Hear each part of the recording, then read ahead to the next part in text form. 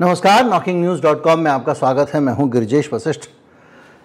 Kanhaiyalal murder case आपको याद होगा। एक दर्जी था कन्हैयालाल, जिसकी राजस्थान में गला काटकर, उदयपुर की बात है, हत्या कर दी गई थी। और वो दौर था जिसमें मोहम्मद साहब का अपमान किया गया था। नूपुर शर्मा बीजेपी की एक नेता, एक और कुछ नेता जो है उस मामले में आग लगाने वालों में सबसे आगे आए थे और भारतीय जनता पार्टी को उन्हें दंडित करना पड़ा था। माहौल इतना बिगड़ गया था। उस माहौल के बीच में व्हाट्सएप पे कोई एक ऐसी सामग्री कन्हैयालाल ने फॉरवर्ड की, जिसके कारण, ऐसा पुलिस का कहना है, उसकी कुछ लोगों ने हत्या कर दी, गला काट कर।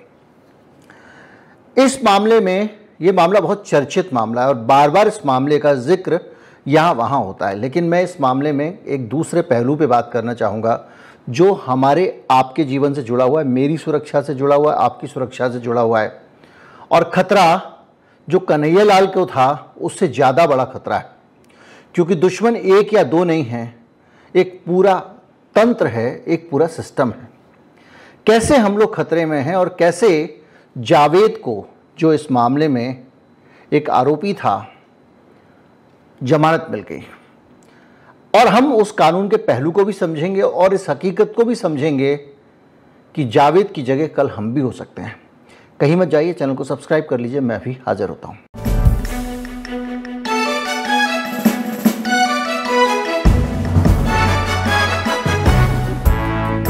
अब इसके बाद में अगर आप विवेक ना रखते हो तो आसानी से कह सकते हैं कि जावेद को जमानत दे दी अदालतों ने, और अदालत ये करती है, अदालत वो करती है, देखते ही गोली मार देना चाहिए, तुरंत हत्या कर देनी चाहिए, ये कर देना चाहिए, यानी थानेदार को जज बना देना चाहिए, पुलिस वाले को जज बना देना चाहिए। ये मांगे बहुत सारे लोग उठाएंगे, क्योंकि उनको जावेद में एक अपराधी दिखाई दे रहा है। और अपराधी इसलिए दिखाई दे रहा है क्योंकि कोर्ट ने, सिस्टम में सब लोगों ने ये कहा कि हाँ, ये अपराधी है। और वो चूंकि आरोपी था, उसके खिलाफ मुकदमा चला, तो इतने भर से ही क्या क्या कहानियां लिखी गई, सब कुछ मीडिया ने पूरा उसको घोषित कर दिया। अब कोर्ट से जब जमानत मिली, आप कहेंगे जमानत ही तो मिली, दोष मुक्त थोड़ी हुआ है, लेकिन जमानत जिस आधार पर मिली है वो अपने आप में अलर्ट कर देने वाली बात है। मैं अनगिनत मामले आपके सामने रखता रहता हूं, उसको चर्चा करता रहता हूं, बहुत आलोचना भी सहता हूं कमेंट्स में, लेकिन कुछ सच ऐसे जो मेरे आपकी ज़िंदगी से जुड़े हुए हैं। बहुत सारे आंकड़े बैकग्राउंडर में अलग अलग वीडियो में रख चुका हूं, इसलिए उनका यहाँ जिक्र नहीं करूंगा। एलिबाई एक टर्म है, एक शब्द है जो क्राइम के इन्वेस्टिगेशन में इस्तेमाल होता है। राजस्थान हाईकोर्ट में सबसे बड़ी हिंदुस्तान की इन्वेस्टिगेटिव एजेंसी है NIA, national investigative agency, CBI से भी ऊपर, उसकी जांच की पोल खुल गई है। इस जावेद के ऊपर आरोप लगाया गया था कि इस आदमी ने अपराधियों को, जिन्होंने हत्या की, पूरी कहानी में एक कैरेक्टर जोड़ा गया कि इस आदमी ने बताया था कि वो कन्हैयालाल दुकान पे बैठा है और कन्हैयालाल की हत्या करने वालों से इसके संबंध जो है किसी एक उसके पड़ोस की दुकान में, उसके जरिए थे, यह आरोप लगाया गया था। यानी चूंकि इसकी निशानदेही पे इसने रेकी की, इसने बताया कन्हैयालाल वहां बैठा हुआ है, इसलिए कन्हैयालाल की हत्या हुई, यानी यह हत्या में शामिल हो गया। NIA ने केस बना दिया। अब जो जेल में हुआ होगा, थाने में हुआ होगा, वो दुनिया जानती है, वो तो हुआ ही है। लेकिन हाईकोर्ट ने इससे पूछा, भाई, तो इनके वकील ने कहा कि भाई हम तो थे ही नहीं वहां पे, तो हमने कैसे कर दिया? तो NIA ने कहा कि ये एक चाय की दुकान पे, इसने कहा कि ऐसा एविडेंस रखो जिसमें दिक्कत ना हो। तो बोले वहाँ पे एक चाय की दुकान पे मिला था ये हत्यारों से, और उस चाय की दुकान पे मिलके इसने हत्यारों को बताया था कि साहब कन्हैयालाल दुकान पे बैठा, जाओ अभी मार दो। तो उससे आपको ये लगेगा कि हाँ भाई, एक मोटा मोटा तौर पे पुलिस ने दिमाग लगाया होगा कि मैं अगर ऐसे बोलूँगा चाय की दुकान पे बताया तो मुझसे कोई इलेक्ट्रॉनिक साक्ष्य नहीं मांगेगा। अगर मैं कहूँगा फ़ोन पे बताया था तो फ़ोन पे कहीं ना कहीं कॉल रिकॉर्ड में आ जाएगा, व्हाट्सएप पे बताया था तो व्हाट्सएप रिकॉर्ड में आ जाएगा इसके। तो साबित नहीं कर पाएंगे। तो क्या बोले, चाय की दुकान पे मिला था। कौन सी चाय की दुकान पे? चाय की दुकान का पता भी बता दिया।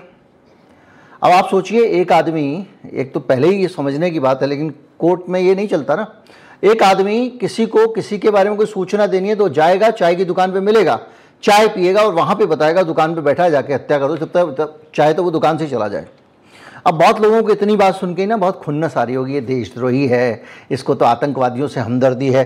लिखते हैं, फेसबुक पे भी आके लिखते हैं, मेरे ट्विटर पे भी। लेकिन उससे मेरी कोई हमदर्दी नहीं है, उस आदमी से कोई हमदर्दी नहीं है मेरी, उस जावेद नामवर व्यक्ति से।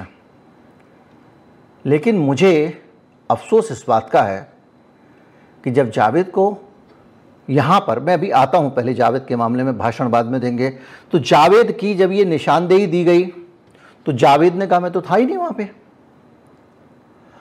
अब अगर आप वहाँ नहीं थे तो अदालत के सामने एनआईए को कहा गया कि साबित करो। ये जो पीएमएलए लेके आई है सरकार, ये इसी वजह से लेके आई है कि सरकार को साबित ना करना पड़े, जिसका नाम लगा दो, उसके बाद में वो साबित करे कि मैं वहां नहीं था। इस केस में क्या हुआ कि फिर कहा गया एनआईए से, बताओ भाई ये वहां पे था। अब उधर से इसका जो डिफेंस का वकील था उसने कहा ये रखा है सीसीटीवी उस चाय की दुकान का, ये बंदा उस दिन उस चाय की दुकान पे गया ही नहीं, और इसके फोन की कॉल डिटेल्स देख लो, इसमें भी ये वहां गया नहीं है, ये वहां गया नहीं है। और एनआईए ने, जो हिंदुस्तान की सबसे क्रेडिबल इन्वेस्टिगेटिव एजेंसी है, पुलिस क्या करती होगी इसकी कल्पना कर लो। अभी हाल में एक एनसीआरबी की रिपोर्ट आई थी, 80% मामलों में, बलात्कार के मामले झूठे दर्ज कर देती है पुलिस। तो क्या हुआ, इसको कह दिया, इसने कहा कि मैं तो वहां था ही नहीं, और इसने यह भी साबित कर दिया मैं कहीं और था। अगर सीसीटीवी का दौर ना होता, अगर इलेक्ट्रॉनिक साक्ष्य इसके पक्ष में ना होते, तो इसको जमानत नहीं मिलती। हो सकता है ये शामिल रहा हो सकता है इसने निशानदेही दी हो, लेकिन जो इन्वेस्टिगेटिव एजेंसी है, जो पुलिस वाले एनआईए के, उनको कम से कम जांच तो निष्पक्ष करनी चाहिए। वो लड़का जिसको तुमने फंसा दिया, अगर फंसाया तो वो भी किसी का बेटा है, और मुझे ज़्यादा आपत्ति इस पे नहीं है कि उसको फंसा दिया, मुझे उससे भी बड़ी आपत्ति इस बात पे है कि कोई ना कोई तो रहा होगा जो इस हत्या में जावेद की जगह शामिल रहा होगा। तो जो आदमी जावेद की जगह इस हत्या में शामिल था वो कहां है? वो आदमी तो निकल गया। यानी एक आदमी जो अपराधी था वो निकल भागा, और दूसरा आदमी आपने अपना काम आसान करने के लिए, मान लो, या सेंसेशन डालने के लिए, या ऊपर के कोई आदेश होंगे, या कुछ वजह होगी, कुछ पॉलिटिकल रीजन होंगे, जो भी होंगे, एक आदमी को आपने खड़ा कर दिया और उसको उसमें शामिल कर दिया। मैं आपको कई बार बताता रहता हूं कि जब ये दिल्ली में 4 ब्लास्ट हुए थे, शाहीन बाग वाला मामला हुआ था, जब इसमें मुठभेड़ हुई थी, इंस्पेक्टर शर्मा जो है शहीद हुए थे, उस मामले में जो लड़के जो मुठभेड़ जो शामिल पाए गए, जिनके ऊपर दिल्ली पुलिस ने शामिल होने का अभियोग दर्ज कराया, जिन पर आरोप है कि उन्होंने शर्मा जी को गोली मार दी, उन लड़कों की जिस बिल्डिंग में वो किराए पे रह के पढ़ाई करते थे, उस बिल्डिंग का जो केयर टेकर था, एक केयर टेकर होता है हर बिल्डिंग का, अगर मेरी कई बिल्डिंग है तो एक बिल्डिंग में रख दूंगा एक आदमी को, भाई तू देखभाल करिए उसकी। वो केयर टेकर आज तक के दफ्तर पहुंचा कि साहब देखो ये लड़के, मेरी गलती नहीं है, इनको पुलिस ने क्लीन चिट दी थी, इनका पुलिस वेरिफिकेशन हुआ था, और पुलिस वेरिफिकेशन की कॉपी लेके वो चला गया लाइव चैनल पे, आज तक पे जाके बैठ गया। हमारे सामने की बात है, हम उस वक्त काम किया करते थे। पुलिस आके नीचे खड़ी हो गई, और जैसे ही वो बिल्डिंग से बाहर निकला, उस वक्त वीडियोकॉन टावर में दफ्तर होता था, उसको वहीं से अरेस्ट कर लिया। अरेस्ट करके ले गए। 2 घंटे बाद खबर आ गई कि उसका लड़का भी उस आतंकवादी वारदात में शामिल था, इसको भी लपेट दिया। पोल कैसे खोली? उसके लड़के को भी उसमें, उसका नाम भी आ गया, 12 खंबा रोड से पकड़ा गया घूमता हुआ बाद में। अब जब इन्वेस्टिगेटिव होगी, कोर्ट में मुकदमे चलेंगे, छूटेगा नहीं छूटेगा वो अलग मसला है, लेकिन ये जो रवैया है हमारी एजेंसीज का, इस रवैये के कारण ही मैं कह रहा था कि हम लोगों के लिए चिंता करने की जरूरत है। भाई आपको ये भरोसा इस सिस्टम ने दिया है, और इस सिस्टम में रहना चाहिए देश में इस संविधान के मुताबिक, और वो भरोसा ही हमको अदालत से मिलता है। ये जो ममता बनर्जी अभी कानून लेके आई हैं रेप में, क्विक फिक्स इंसाफ वाला, झटपट न्याय वाला। इस झटपट न्याय वाले में क्या होगा, किसी पे भी आप मुकदमा दर्ज कर दोगे और उसको जो है फिर सजा दे दोगे आप।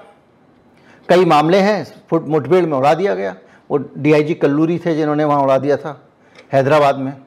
उनको लोगों ने बड़ा उनका अभिनंदन किया, पूरे देश में सोशल मीडिया उनकी जय जयकार कर रहा था। बाद में पता चला सड़क पर सोने वाले गरीब लोगों को उठा के गोली मार दी थी उसने और कह दिया यही बलात्कारी है, इसी ने जिंदा जला दिया उस लड़की को।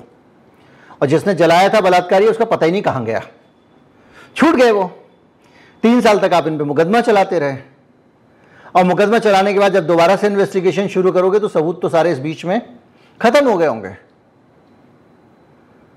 तो ये जो तरीका है कि इन्वेस्टिगेशन का तरीका कि भैया जो हाई प्रोफाइल केस हो, जिसमें ज़्यादा हंगामा हो रहा हो, जिसमें ज़्यादा शोर हो रहा हो, उसमें लीपापोती कर करा के आप सरकार की इज्जत बचा लो। और इसमें अगर राजस्थान पुलिस ने ऐसी लीपापोती की होती तो समझ में आता था कि राजस्थान सरकार की इज्जत बचानी है। यहां तो राजस्थान सरकार को हटा दिया गया जांच से और केंद्रीय एजेंसी जांच करने पहुंच गई और केंद्रीय एजेंसी जांच करने के बाद यह नतीजा निकाल रही है। तो आप बताइए, कन्हैयालाल केस में हम कैसे भरोसा करें कि उस आदमी के साथ में जिन लोगों को आपने दोषी आरोपी बनाया है उन्होंने किया होगा। लेकिन हम भरोसा करना तो बात की बात है, हम तो पहले से उनको दोषी मान के बैठे हुए हैं। सड़क पे मिल जाएंगे 4 लोग कहो तो उसको कूट कूट के मार दें। लेकिन दुर्भाग्य, हमको सबसे बड़ी दिक्कत इस बात से भैया कि देखो दोषी छूट जाता है नहीं छूट जाता है वो अलग मसला, लेकिन आप जो उठा उठा के निर्दोष लोगों को अंदर कर रहे हो, इतने गंभीर गंभीर मामलों में डाल दे रहे हो। एक दिन में एक इंटरव्यू देख रहा था लल्लन टॉप पे, सबको देखना चाहिए। एक लड़का है, मैं बहुत कम वीडियोस में कमेंट लिखता हूं, उसमें मैंने कमेंट लिखा, उसके लिए लिखा कि बॉस आपको जो है इसको अंत तक लड़ना चाहिए था लड़ाई को। एक लड़का है, उसको पुलिस पे गोली चलाने के आरोप में पकड़ के बंद कर दिया। वो अपनी कहानी बताता है कि कैसे उसको रोज रोज पुलिस वाले तरह तरह से टॉर्चर करते थे, कभी नाखून निकाल देते थे, कभी मिर्ची डालते थे, कभी तोड़ते थे। ऐसी लंबी कहानी उसकी रोंगटे खड़े कर देने वाली है। सालों साल उसके साथ यह हुआ। लड़का जेल से पढ़ के वकील बना, अपना मुकदमा खुद लड़ा और उसने साबित किया कि उसको झूठा फंसाया गया था। उसकी कहानी सुनते हुए लगता है कि इस देश में आम नागरिक के साथ में क्या क्या हो रहा होगा। और जब कोई ह्यूमन राइट की बात करता है तो सोशल मीडिया पे हम लोग फूहड़ तरीके से ह्यूमन राइट पे अजीब अजीब तरह के कमेंट करते हैं।